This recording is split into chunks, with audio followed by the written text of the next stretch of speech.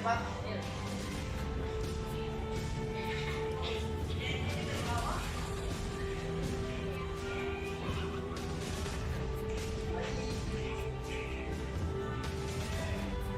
Assalamualaikum warahmatullahi wabarakatuh.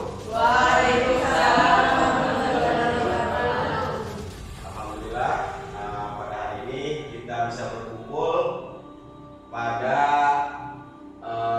kegiatan aksi nyata tentang budaya positif, di mana ini salah satu tugas yang harus saya selesaikan di modul 1.4.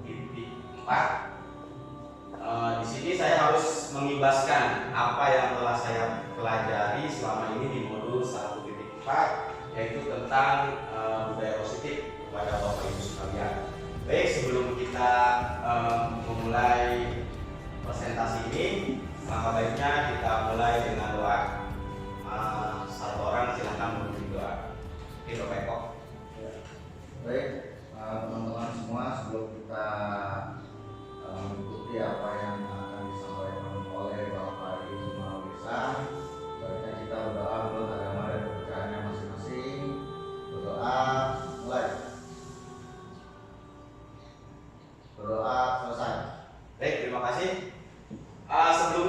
Sebelum masuk ke materi, coba Bapak Ibu kita ice breathing dulu biar tidak tegang ya, biar tidak tegang, biar kita santai. Kita semuanya berdiri.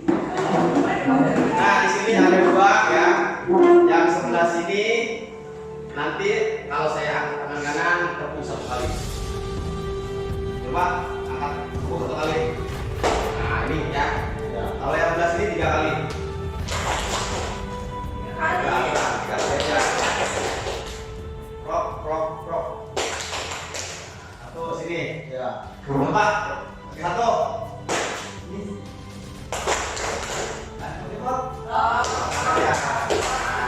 Coba. Yang kompak. Ya, sudah main cepat. Fokus. Yang mana dulu nanti ya. Coba.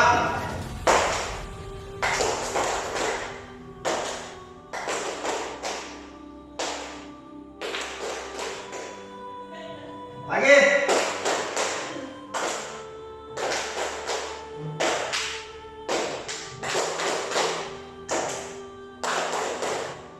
Oke, Eko, terima kasih.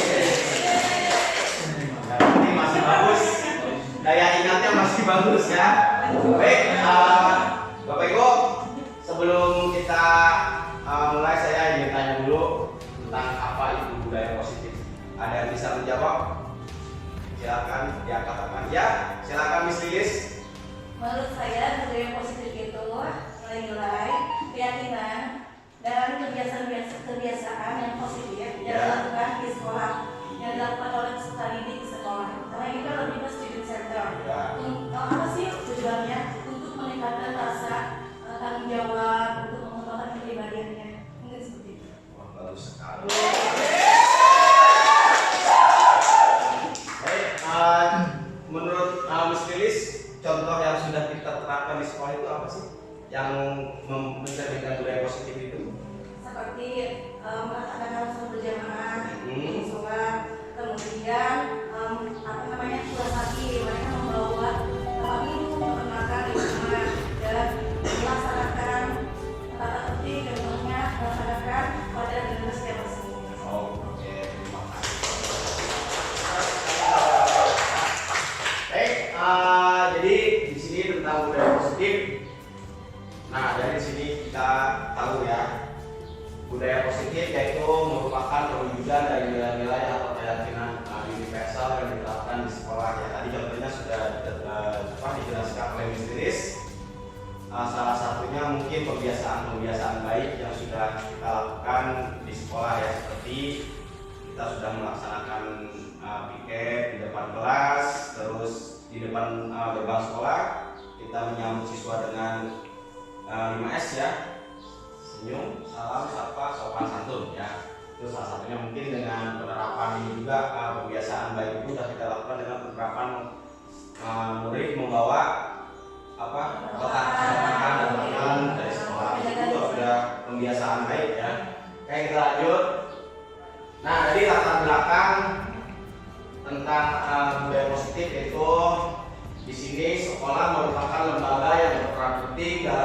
pembentukan karakter murid sebagaimana tujuan pendidikan, yakni mewujudkan profil pelajar Pancasila. Ya, di mana di kurikulum Merdeka ini tujuan utama pembelajaran itu yaitu menjadikan atau mewujudkan profil pelajar Pancasila ya.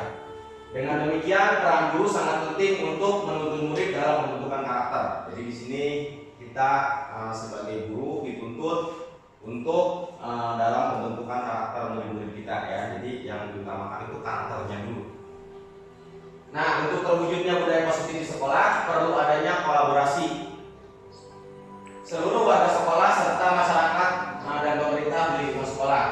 Menciptakan budaya positif di sekolah memang membutuhkan waktu yang cukup lama ya. Jadi tidak bisa instan seperti kita membalikkan telapak tangan, tapi butuh proses di mana kita dapat menciptakan budaya positif tersebut. Namun tetap harus dimulai dari sekarang. Dimulai dari hal-hal kecil, mulai dari diri hingga terwujudnya pembiasaan-pembiasaan positif di sekolah. Mungkin kita secara tidak sadar kita sudah membentuk budaya positif di sekolah ya. Mungkin itu sudah berproses, cuman tinggal nanti memaksimalkannya saja ya. Saya lanjut. Nah, tujuannya. Jadi tujuan menerapkan budaya positif di sekolah sehingga dapat menumbuhkan karakter baik pada murid atau profil pelajar Pancasila. Menjadi bekal pengalaman belajar bagi guru dan murid menunjukkan kepedulian, mengontrol diri sendiri dan orang lain. Menjaga motivasi agar semangat dalam mengikuti proses pembelajaran. Sedangkan untuk tolak ukurnya, di sini terbentuknya keyakinan kelas. Nah, sebelum masuk, apakah Bapak Ibu sudah pernah melaksanakan keyakinan kelas? Kesepakatan kelas? Sudah? Contohnya apa?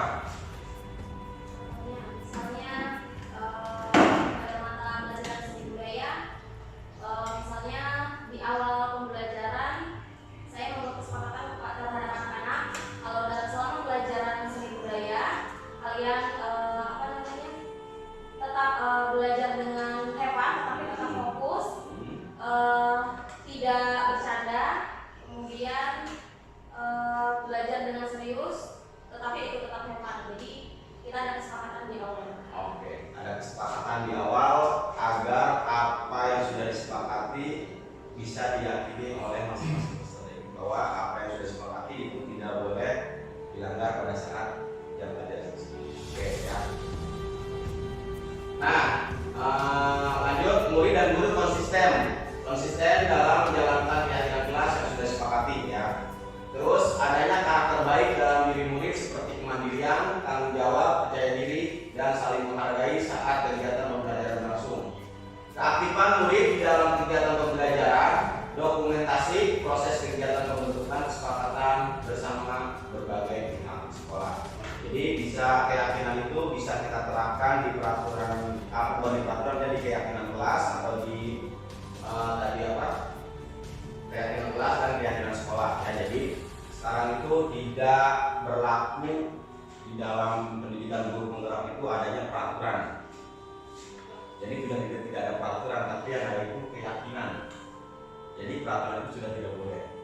Nanti tidak ada di sini ya, Mas. Nah, jadi di sini ada perubahan paradigma belajar. Pembelajaran dirancang berdasarkan pembelajaran yang berdiferensiasi agar murid dapat belajar sesuai kebutuhan mereka sehingga dapat terwujud profil pelajar Pancasila. Di mana di sini profil pelajar Pancasila itu yang pertama itu beriman, bertakwa kepada Tuhan Yang Maha Esa dan berakhlak mulia, mandiri, bernalar kritis, kreatif, bergotong royong, dan berkebinekaan global. Mungkin Bapak Ibu sudah tidak asing lagi dengan kata profil pelajar Pancasila di kurikulum Merdeka ini ya. Nah, jadi nanti untuk berdiferensiasi kita akan membahasnya di lain waktu karena saya juga masih proses belajar membuat RPP berdiferensiasi. Mungkin RPP-nya nanti berbeda ya. Bukan RPP lagi tapi dengan modul ajar. Ya, berbasis berdiferensiasi. Nah, lanjut. Jadi menurut filosofi pemikiran Ki Hajar Dewantara, tujuan pendidikan menurut beliau yaitu menuntun segala kodrat yang ada pada anak-anak agar mereka dapat mencapai keselamatan dan kebahagiaan yang setinggi-tingginya, baik sebagai manusia maupun sebagai anggota masyarakat. Pendidikan adalah tempat bersemainya benih-benih kebudayaan masyarakat. Ya, jadi ini menurut Ki Hajar Dewantara itu bahwa kodrat yang ada pada anak itu bisa mencapai keselamatan dan kebahagiaan yang setinggi-tingginya. Jadi sekarang itu sudah tidak ada lagi teacher center atau pembelajaran berfokus kepada guru, tapi semua anak harus wajib dilibatkan dalam sebuah proses pembelajaran. Jadi semua kita kontrol agar semua aktif gitu ya. Lanjut. Nah, di sini menurut ada ibarat menurut Ki Hajar Dewantara ya. Jadi guru ibarat petani. Kita ambil contoh perbandingannya dengan hidup tumbuh-tumbuhan seorang petani. Dalam hakikatnya sama kewajibannya dengan seorang pendidik ya. Jadi contohnya perbandingannya dengan hidup tumbuh-tumbuhan seorang petani. Yang menanam padi misalnya hanya dapat menuntun tumbuhnya padi. Jadi petani itu hanya dapat menuntun tumbuhnya padi ya, tidak bisa berbuat apa-apa lagi kalau udah padi dari menanam ya udah kita tinggal nunggu prosesnya saja. Nah, sekarang pertanyaannya jadi tugasnya hanya memberi pupuk dan air. Jadi dipupuk agar bagus. Kalau petaninya masa bodoh ya udah tanam dan tinggal aja gitu kan. Mau bagus ya mau enggak yang penting udah tanam gitu. Tapi kalau dia dikasih pupuk dan air dan serta membasmi hama atau jamur yang menganggap hidup tanaman padi dan lain sebagainya itu mereka lakukan, maka padi itu akan tumbuh dengan baik, bagus dan mempunyai daya kualitas padi yang bagus. Sama halnya seperti kita mendidik anak-anak ya, seperti itu. Jadi mendidik anak-anak sama ibaratnya seperti petani. Kalau kita mendidiknya dengan bagus, baik, kita ngasih istilah kasih ngasih pupuk, ngasih air, dituntun, nah itu juga akan menghasilkan murid-murid yang bagus dan berkualitas. Ya, istilahnya seperti itu ya, guru ibarat sebagai petani. Jadi di sini lampiran 1 dasar-dasar pendidikan keluarga tahun nomor 1234 Desember, Januari dan Februari ya. Nah, di sini sedikit kita akan membahas tentang profil pelajar Pancasila. Menurut Ki Hajar Dewantara mengemukakan bahwa dalam proses menuntun diri anak perlu merdeka dalam belajar. Sebentar.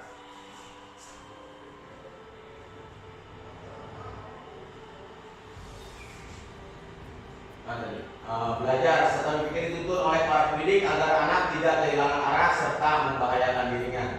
Semangat agar anak dapat bebas belajar atau berpikir agar dapat mencapai keselamatan dan kebahagiaan berdasarkan kesusilaan manusia, ini akhirnya yang menjadi tema besar kebijakan pendidikan PSS1 yaitu Merdeka Belajar.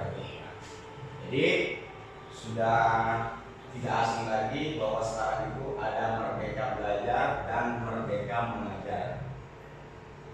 Nanti di next kita akan sama sosialisasikan tentang Merdeka Mengajar melalui platform Merdeka Mengajar ya. Nanti mungkin di awal tahun ya. Jadi yang kedua, semangat Merdeka Belajar yang sedang dicanangkan ini juga memperkuat tujuan pendidikan nasional yang telah dicanangkan dalam Undang-Undang Republik Indonesia Nomor 20 Tahun 2003 tentang Sistem Pendidikan Nasional pasal 3 di mana pendidikan diselenggarakan agar setiap individu dapat menjadi manusia yang beriman dan bertakwa kepada Tuhan Yang Maha Esa, berharap mulia, sehat, berilmu, cakap, kreatif, mandiri, dan menjadi warga negara yang demokratis dan bertanggung jawab. Yang ini yang bersumber dari Kemendikbudristek tahun 2021. Next.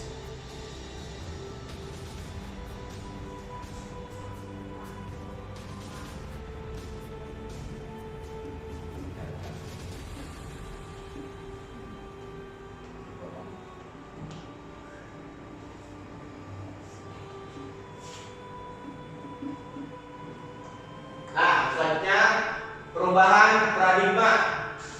Sekarang coba ya, misalkan Anda dan teman Anda akan melakukan kegiatan cobalah buka. Anda adalah A, tugas Anda adalah mengepalkan salah satu tangan Anda.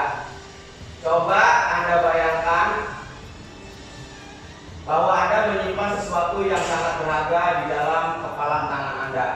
Anda perlu menjaga benda tersebut sekuat tenaga Anda, karena begitu pentingnya untuk kehidupan Anda. Terus rekan Anda B adalah mencoba dengan segala cara untuk membuka kepalan tangan Anda. Teman Anda B boleh membujuk, menghardik, mengintimidasi, memarahi, menggoda, menggelitik, bahkan menawari Anda uang agar Anda bersedia membuka kepalan tangan Anda. Nah, dari kasus seperti ini, coba Bapak Ibu misalkan menjadi A dan temannya menjadi B, apa yang akan terjadi? Misalkan contoh Pak Eko dan Pak Budi. Pak Eko menggenggam tangan, seolah-olah di tangan ini ada benda sangat berharga, ya, menyimpan sesuatu yang sangat berharga di dalam kepalan tangannya.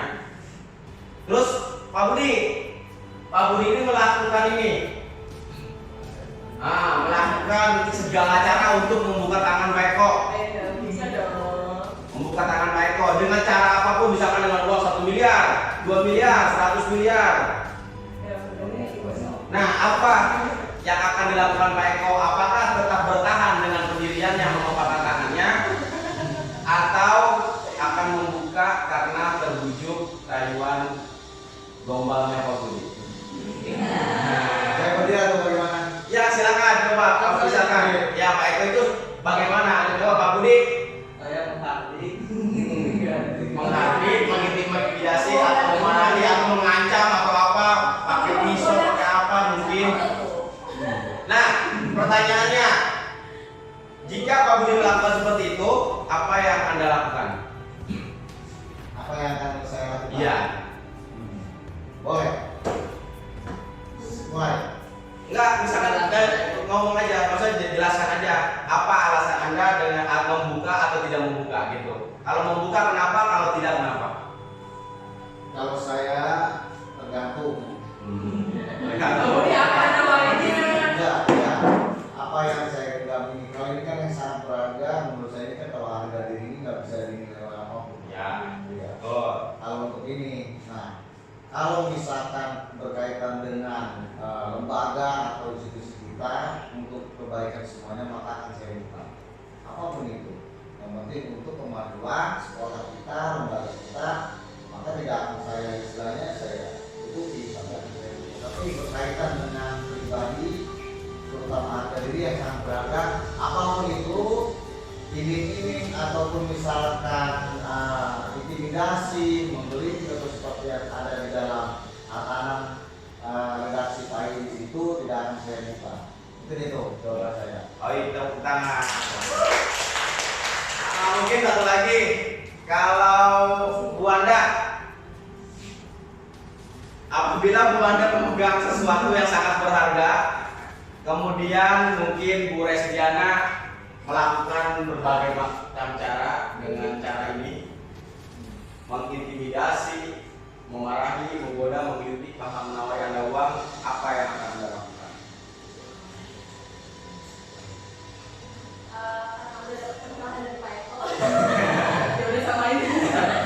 Dia pasti yang mirip-mirip lah.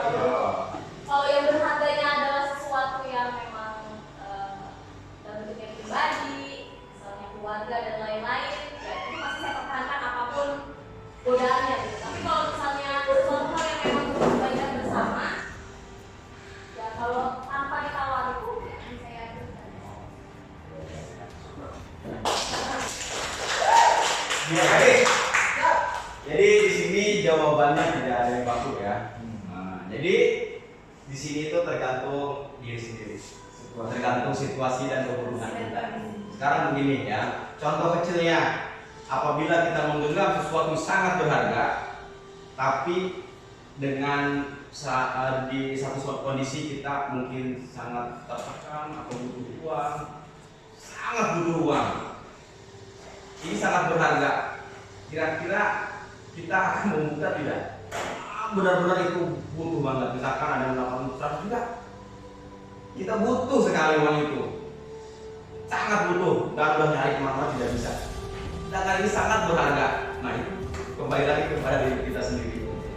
Ya, apakah kita akan membuka atau tidak itu dikembalikan lagi. Itu jadi jawaban ini ada pada diri kita masing-masing. Ya, jadi tidak, jawaban ini tidak baku ya, tidak, maksudnya tidak hanya harus ditutup, harus tidak. Misalkan ini fleksibel tergantung kebutuhan kita apa dan tergantung kondisi itu bagaimana ya. Jadi seperti itu ya untuk perubahan paradigma ini. Baik, lanjut. Nah, ini tadi udah ya. Jadi apa Anda atau B mengungkapkan tangan Anda? Mengapa, apa alasan Anda? Tadi udah dijawab semua sama Pak Eko dan Bu Anda ya. Jadi ini, jadi apakah Anda atau B menutup kepalan tangan Anda? Mengapa, apa alasan Anda atau B tetap menutup kepalan Anda? Ya, jadi ini sama seperti tadi ya. Terus dalam kegiatan ini sesungguhnya siapa yang memegang kendali atau kontrol untuk membuka menutup kepalan tangan? Ya, kita sendiri. Ya, yang memegang kontrol itu kita sendiri, bukan orang lain. Jadi orang lain tidak bisa mengontrol kita. Kita yang harus memegang kontrol itu sendiri. Oke, kita lanjut ya. Jadi choice theory ya, mungkin ini Miss Lilis. Pilihan teori. Ya. Jadi di sini ada ilusi guru mengontrol murid.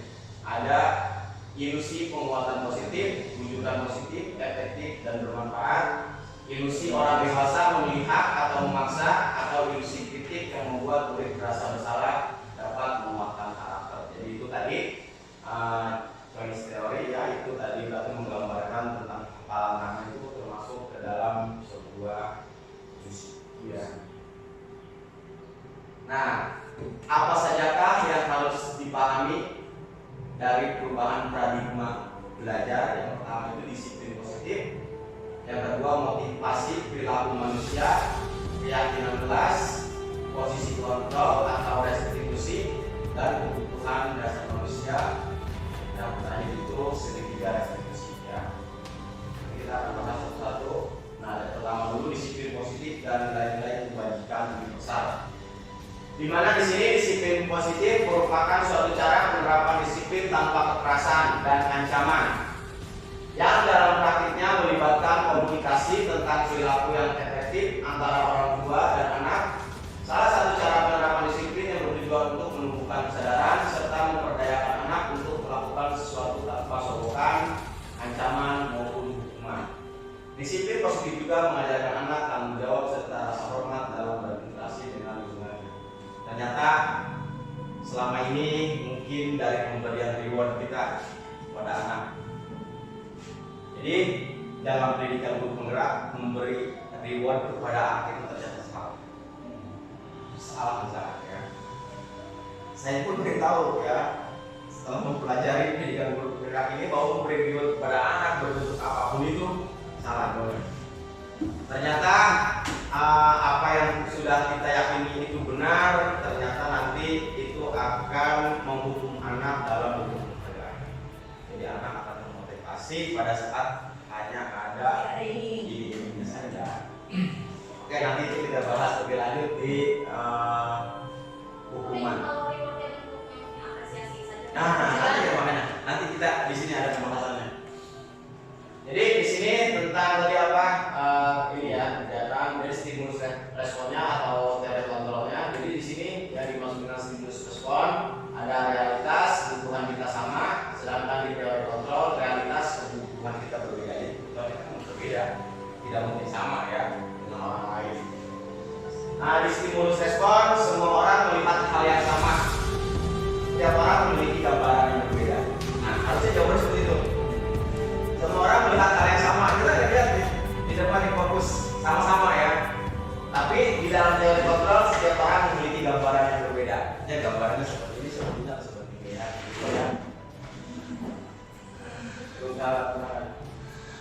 Nah, sedangkan di stimulus respon kita mencoba mengubah orang agar berpandangan sama dengan kita. Di teori kontrol kita berusaha memahami pandangan orang lain tentang dunia. Stimulus respon, perilaku buruk dilihat sebagai suatu kesalahan. Semua perilaku memiliki tujuan di dalam pengertian teori kontrol. Lanjut. Orang lain bisa mengontrol saya, sedangkan di teori kontrol hanya Anda yang bisa mengontrol diri Anda. Seperti contohnya yang kita menggenggam tangan kanan ya. Terus saya bisa mengontrol orang lain. Anda tidak bisa mengontrol orang lain. Tetap ya, biarpun kita punya uang atau punya apa, pengontrolan itu tetap ada pada diri kita sendiri. Biarpun kita sama kasus seperti Sambo, biarpun Baradae dikontrol sama Sambo, tapi tetap kalau dia sudah tidak tahan, kontrolnya akan lepas sendiri. Tetap percaya sama diri sendiri apa yang akan dilakukan. Seperti itu contohnya. Terus pemaksaan ada pada saat bujukan gagal. Kolaborasi dan konsensus menciptakan pilihan-pilihan baru. Model berpikir menang kalah. Sedangkan di teori kontrol, model berpikir win-win solution. Menang, menang, dan menang. Ya itu jadi intinya. Nah, 3 motivasi perilaku manusia. Yang pertama itu untuk menghindari ketidaknyamanan atau hukuman. 2 untuk mendapat imbalan atau penghargaan. Yang ketiga untuk menjadi orang yang mereka inginkan dan menghargai diri sendiri dengan nilai-nilai yang mereka percayai. Hukuman, konsekuensi, dan restitusi. Jadi di sini ada identitas gagal dan identitas sukses.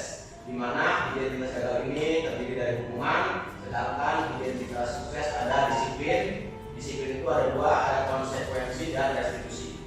Jadi di sini kalau kita di dalam hukumannya itu sesuatu yang menyakitkan harus terjadi. Misalkan anak terlambat, kita suruh push up kamu 10 kali. Tentu itu akan menyakitkan fisik mereka. Biarpun itu kita contohnya baik ya, suruh melakukan baik olahraga, tapi tetap itu caranya salah.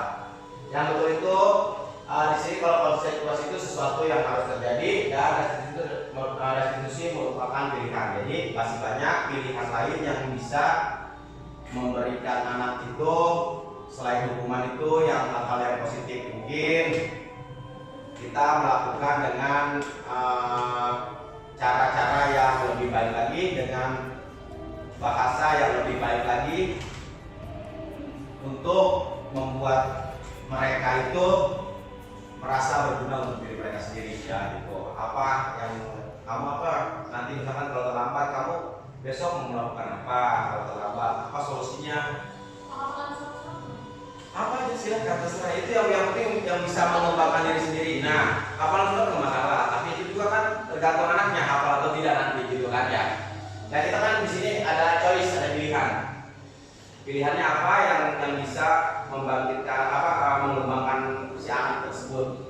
Terus yang kedua, tidak nyaman untuk murid anak untuk jangka waktu panjang. Jadi anak merasa terbebani mungkin dengan hukuman itu. Apabila mereka melakukan kesalahan itu pasti akan dihukum sudah ini. Nah itu kan membuat berkepanjangan, jadi murid tidak nyaman ya.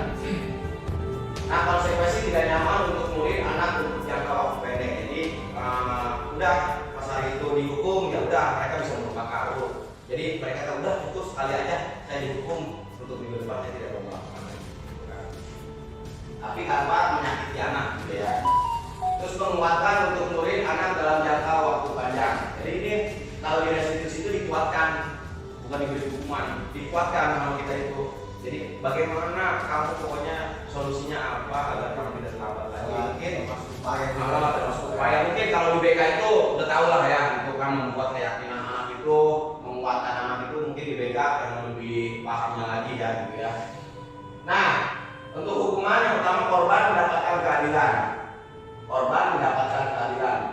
Konsekuensi itu korban bisa diabaikan, sedangkan di restitusi itu korban mendapatkan ganti. Ini seperti itu. Ya, ini tentang hukuman, konsekuensi dan restitusi. Ini juga sama ya.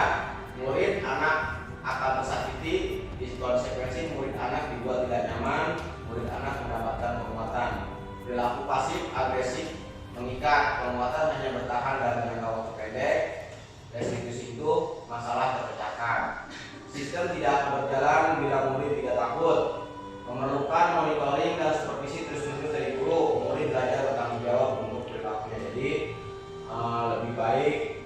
kita itu dalam melakukan sesuatu melakukan restitusi apabila sebuah kasus itu mungkin berat ya. Kasus berat itu bisa dilakukan restitusi, tapi restitusi tidak semua kasus harus dilakukan restitusi, bisa juga dengan konsekuensi ya. Jadi contohnya mungkin contoh kecilnya anak menumpahkan air. Nah, secara tidak sadar mungkin anak itu telah melakukan kesalahan, tapi dengan keyakinan dia akan tahu konsekuensi yang dilakukan itu apa. Berarti dia itu harus mengepelnya, harus mengelak dan membersihkannya seperti itu. Jadi bukan dengan anak-anak kita sakiti, kamu nggak mau diam, nggak keluar kamu push up 100 misalkan seperti itu ya.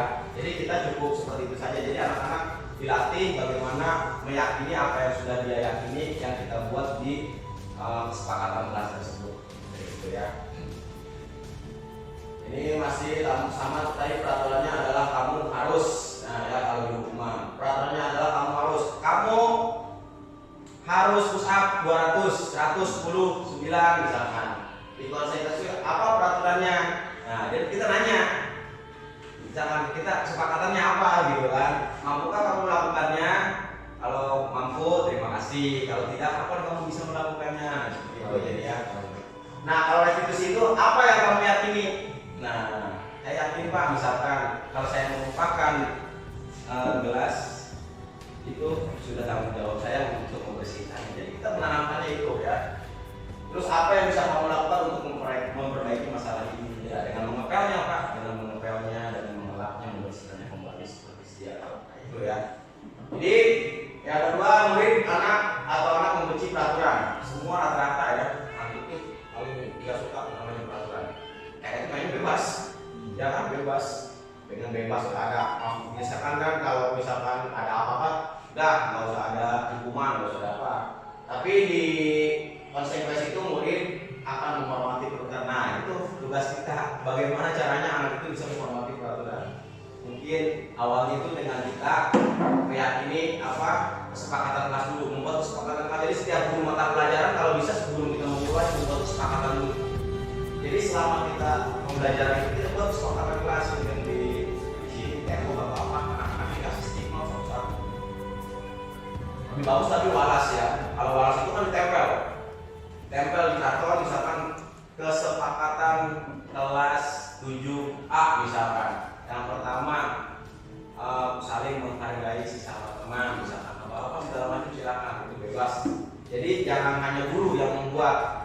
Kalau kita membuat secara pribadi itu namanya peraturan. Tapi kalau kita secara bersama-sama itu namanya keyakinan atau keyakinan ya. Nah itu kita lanjut. Ini masih sama banyak sekali ya tadi sudah.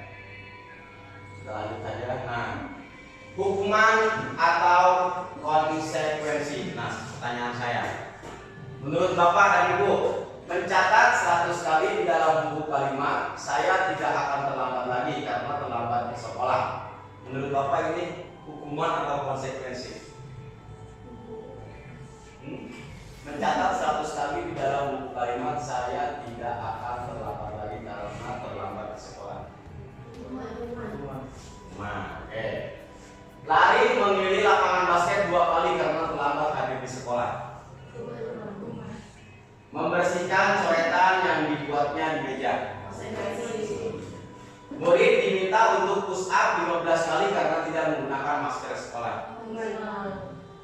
Menggantikan kertas tugas teman yang telah dicoret-coret. Berjemur di lapangan basket pukul 12 siang karena mengobrol dengan teman. Oke, dari Bapak Ibu sudah mengerti apa itu hukuman dan konsekuensi ya. Terima kasih banyak. Pintar-pintar, benar asli, mantap. Sudah tahu semua, ini udah calon pemenang semua berarti ya. Oke lanjut, duduk di bangku di pinggir lapangan pada jam istirahat. Tidak diizinkan bermain oleh guru piket karena mencederai teman saat bermain di lapangan. Duduk di bangku di pinggir lapangan pada jam istirahat. Tidak diizinkan bermain oleh guru piket. Oke. Terlambat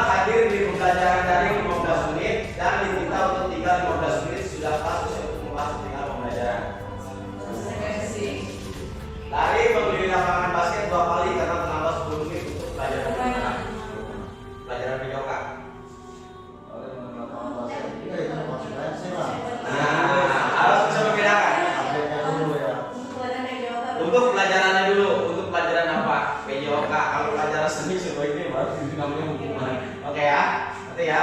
Hari mengelilingi lapangan basket 2 kali karena terlambat 10 menit untuk pembelajaran video ini. Membersihkan WC sekolah karena mematahkan pensil kawannya. Ya. Ya lanjut. Nah, yang tadi dihukum karena penghargaan. Tahu mungkin saya, Pak Eko, Miss Lilis, Bu Anda mungkin pernah juga memberikan reward kepada siswa-siswa kita. Nah, ya, pada saat kita melaksanakan mungkin tentang pembelajaran kemarin, terus kita melakukan soal bukan kita melakukan Miss, anak-anak mengerjakan soal linguistis ya, atau apa yang juara 1, juara 2, juara 3 yang mengasih reward berupa ini mungkin pulsa, mungkin barang, peng atau segala macam ya. Jadi sini kita akan tahu ya penghargaan. Jadi reward itu baik berupa verbal atau non verbal itu nggak boleh ya? Tergantung. Tergantung nanti kita di sini kita belajar sama-sama ya. Jadi penghargaan tidak efektif. Hanya jika Anda melakukan hal ini maka Anda akan mendapatkan penghargaan yang signifikan. Jadi ada penghargaan tidak efektif, ada penghargaan menurunkan kualitas, ada penghargaan mematikan kreativitas, ada penghargaan merusak hubungan, ada penghargaan mengurangi ketepatan, ada penghargaan menghukum. Mereka yang tidak mendapatkan penghargaan misalnya dalam sistem ranking, mereka yang mendapatkan ranking kedua akan merasa paling dihukum. Jadi pengertian ini sangat panjang. Di sini mungkin hanya akan dicontohkan salah satunya saja. Mungkin di sini ada penghargaan mematikan kreativitas. Mungkin kita di kelas membuat suatu proyek anak-anak. Juara 1 misalkan akan ibu kasih pulsa 100.000 misalkan. Sedangkan yang juara 2, juara 3 tidak. Tapi mereka sama mengerjakan semua, gitu kan? Sama mengerjakan semua, hasilnya pun bagus-bagus, hanya mungkin beda sedikit atau apa. Dulu pun bingung cara memilihnya mana juara-juaranya, misalkan hanya berbeda sedikit saja. Akhirnya mereka mendapatkan 100.000 karena kreativitas mereka gitu kan, kreativitasnya bagus misalkan, terus bentuknya juga bagus, kita kasih reward. Kalau reward berupa gesture misalnya dengan menggunakan jempol. Nah, itu beda lagi. Kelompok 1 bagus gitu kan, juara 1-nya kelompok 1 bagus, tingkatnya lagi ya. Kelompok 2 juga nggak kalah bagus gitu. Nah, itu seperti itu motivasi. Ya, penghargaan yang membangkitkan, malah itu bisa membangkitkan kreativitas. Berbeda dengan kita memberikan reward. Emang pemikiran kita kan kalau dikasih reward buat anak-anak apa sama itu yang lainnya, ternyata lah kayaknya sedikit itu lagi aja dapat dia terus yang dapat gitu kan. Tapi seperti itu ya mungkin ya. Oke, kita lanjut dulu. Jadi ada motivasi dalam diri atau intrinsik ya. Saat seorang anak belajar untuk pertama kali menggabungkan huruf dan kata-kata serta menyadari bahwa ia dapat membaca, timbul hijau di matanya, di sebuah senyuman di wajahnya. Anak tersebut begitu gembira bahwa ia telah mempelajari dan menguasai suatu keterampilan baru. Kesadaran akan kemampuannya bahwa dia sudah dapat membaca sesungguhnya sudah merupakan sebuah penghargaan. Ini ya contohnya ya. Terus jika kita memberikan penghargaan kepada seorang anak pada saat dia sedang merasa bangga dengan pencapaiannya sendiri, maka kita akan mengambil kegembiraan yang saat itu sedang dirasakan secara alamiah. Nah, di sini kita sudah masuk ke restitusi ya. Jadi di sini restitusi itu adalah proses menciptakan kondisi bagi murid untuk memperbaiki kesalahan mereka sehingga mereka bisa kembali pada kelompok mereka dengan karakter yang lebih kuat. Jadi di sini apabila kita melakukan restitusi ya, tujuan kita yaitu mengembalikan mereka dengan karakter yang lebih kuat kepada kelompoknya. Jadi contohnya seperti tadi, misalkan ada anak yang dihukum atau bukan hukum ya, melakukan kesalahan di kelas, misalkan mencontek di kelas, terus kita panggil anak itu dengan dilakukannya restitusi ini. Jadi output yang kita harapkan dari mereka itu menjadi karakter yang lebih kuat dan mereka itu tidak minder lagi pas saat kelas, tidak dorong oknumnya, tidak dorong oknumnya, tapi dia udah kuat, jadi dia udah tahu apa kesalahan dia gitu ya. Jadi bukan dengan hukuman. Jadi ciri-ciri restitusi bukan untuk menebus kesalahan, namun untuk belajar dari kesalahan. Restitusi memperbaiki hubungan. Restitusi adalah tawaran, bukan paksaan. Restitusi merupakan menuntun untuk melihat ke dalam diri. Restitusi mencari kebutuhan dasar yang mendasari tindakan. Restitusi diri adalah cara yang paling baik. Nah, yang tadi keyakinan kelas ya. Jadi keyakinan kelas merupakan sesuatu yang dapat diterapkan di lingkungan kelas tersebut. Pembuatan keyakinan melibatkan semua warga kelas melalui kegiatan surat pendapat. Keyakinan kelas ditinjau kembali dari waktu ke waktu. Sedangkan keyakinan yaitu nilai-nilai kebajikan universal yang disepakati secara tersirat dan tersurat, lepas dari latar belakang suku, negara, bahasa maupun agama. Gitu ya. Mengapa keyakinan kelas? Mengapa tidak peraturan kelas saja? Kenapa? Coba ada yang bisa menjawab? Dan mengapa keyakinan kelas? Mengapa tidak peraturan kelas saja? Oh iya. Saya mau tanya dulu. Jadi mengapa keyakinan kelas? Mengapa tidak peraturan kelas saja? Jadi seseorang akan lebih bergerak ya. Jadi seseorang akan lebih bergerak dan bersemangat untuk menjalankan keyakinannya daripada hanya sekedar mengikuti serangkaian peraturan tertulis tanpa makna. Jadi apa yang kita tulis, peraturan kelas 7A, tidak boleh ini, tidak boleh ini, tetap aja. Anak-anak tidak menggubris tanpa makna ya. Tapi kalau kita menanamkan keyakinan kepada anak-anak kita, nah itu sudah otomatis anak-anak itu sadar bahwa apa yang dilakukan itu nanti ini keyakinannya pasti ada. Dan konsekuensinya ini udah tahu ya, udah tahu. Tapi kalau dia peraturannya inilah, nggak masalah gitu kan. Misalkan kalau dia udah punya keyakinan, dia akan berpikir beberapa kali untuk melakukannya seperti itu. Jadi apapun biarpun dia melakukannya, tapi dia udah tahu konsekuensi yang harus dilakukannya apa. Misalkan dari tadi dia itu di kelas misalkan lagi belajar, dia lagi bercanda, nenggor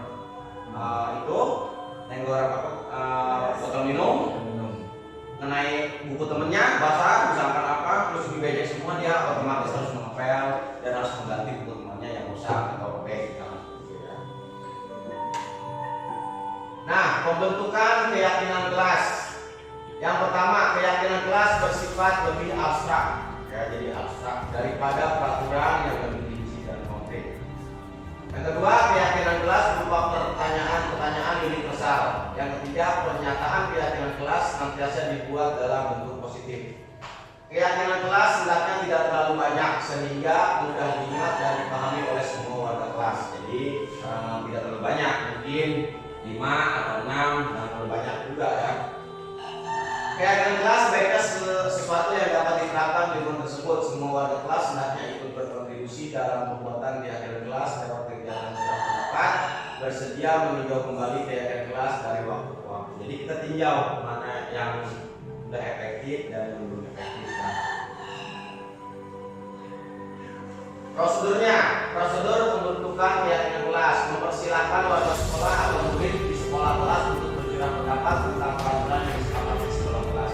Jadi semua anak dilibatkan dulu. Apa nih yang kira-kira kalian mau sepakati di kelas kita? Nah, ini ya. Terus mencatat semua masukan-masukan para murid, siswa sekolah di papan tulis atau di kertas besar, kertas ukuran poster, di mana semua anggota kelas warga sekolah bisa melihat hasil pendapat. Susunlah keyakinan kelas sesuai prosedur pembentukan keyakinan kelas dan bila kalimat-kalimat dalam bentuk negatif menjadi positif. Contoh kalimat negatif: jangan berlari di kelas atau koridor. Kalimat positifnya berjalannya di kelas atau koridor. Tuh contoh ya. Terus tinjau kembali daftar surat pendapat yang sudah dicatat. Anda mungkin mendapat bahwa pernyataan yang tertulis di sana masih banyak yang berupa peraturan-peraturan. Selanjutnya, ajak warga sekolah atau murid untuk menemukan nilai kebaikan atau keyakinan individu dari peraturan tersebut. Contoh, berjalan di kelas, dengarkan guru, datanglah tepat waktu, berada di bawah satu payung, yaitu keyakinan untuk saling menghormati atau nilai kebaikan, hormat. Keyakinan ini yang dimasukkan dalam daftar untuk disepakati. Lanjut, nomor 5, tinjau ulang keyakinan sekolah. Kelas secara bersama-sama. Seharusnya setelah beberapa peraturan telah disatukan menjadi beberapa keyakinan, maka jumlah butir pertanyaan keyakinan akan berkurang. Sebaiknya keyakinan sekolah atau kelas tidak terlalu banyak, bisa berkisar antara 3 sampai 7 prinsip atau keyakinan. Bila mana terlalu banyak, maka warga kelas akan sulit mengingatnya dan akibatnya sulit untuk dijalankan. Nomor 6, setelah keyakinan sekolah kelas telah dibuat, maka semua warga kelas dipersilakan meninjau ulang yang menyetujuinya dengan menandatangani keyakinan sekolah atau kelas tersebut, termasuk guru dan semua warga atau murid. Keyakinan sekolah atau kelas selanjutnya bisa diletakkan di dinding kelas di tempat yang mudah dilihat semua warga kelas. Jadi setelah itu silakan tempel, membentuk banner, membentuk spanduk, terserah ya, bebas. Nah, sekarang kita masuk ke 5 kebutuhan dasar manusia. Yang pertama itu kebutuhan bertahan hidup. Yang kedua, cinta dan kasih sayang. Yang ketiga, freedom, kebebasan. Ya. Yang keempat, kesenangan. Yang kelima, kekuasaan. Itu 5 kebutuhan dasar manusia. Di sini ada juga 5 posisi kontrol dulu ya. Jadi yang pertama itu penghukum fisik atau verbal, pembuat rasa bersalah, teman, pemantau, dan manajer. Jadi 5 posisi kontrol itu ada 5. Mungkin kita sudah pernah melakukannya, tapi secara tidak sadar kita sudah melakukan 5 posisi kontrol. Salah satunya ini. Mungkin kita sudah melakukan salah satu kontrol ini ya. Mungkin menjadi teman untuk siswa kita, atau menjadi manajer, atau pemantau, atau mungkin penghukum, atau membuat rasa bersalah murid kita ya. Cuman kita tidak sadar dan tidak tahu ini itu termasuk ke 5 posisi kontrol dulu. Jadi di sini 5 posisi kontrol dulu yaitu sebagai penghukum fisik atau verbal, di mana di sini patuhi aturan saya atau awas. Kamu selalu saja salah. Selalu, pasti selalu yang terakhir selesai. Guru seperti ini senantiasa percaya hanya ada satu cara agar pembelajaran bisa berhasil, yaitu cara dia. Jadi dia itu punya caranya sendiri, cara dia gitu. Nggak mengikuti proses prosedur yang ada. Jadi gimana kata saya gitu ya. Siswa ini berhasil. Iya, tapi tidak boleh harus seperti ini caranya. Lanjut, membuat merasa bersalah. Guru akan bersuara lebih lembut. Ibu sangat kecewa sekali dengan kamu. Berapa kali Bapak harus memberitahu kamu ya? Gimana coba kalau orang tua kamu tahu kamu berbuat begini? Di posisi ini, murid akan memiliki penilaian diri yang buruk tentang diri mereka. Murid merasa tidak berharga dan telah mengecewakan orang-orang yang disayanginya. Jadi kita juga mengucapkan sesuatu harus dengan kontrol ya. Harus dengan kontrol. Di sini ada posisi guru sebagai teman. Tidak akan menyakiti murid, mengontrol murid melalui persuasi menggunakan hubungan baik dan humor. Contohnya, ayo bantulah demi Bapak ya. Ayo ingat tidak bantuan Bapak selama ini. Ya sudah, kali ini tidak apa-apa, nanti ibu bantu bereskan.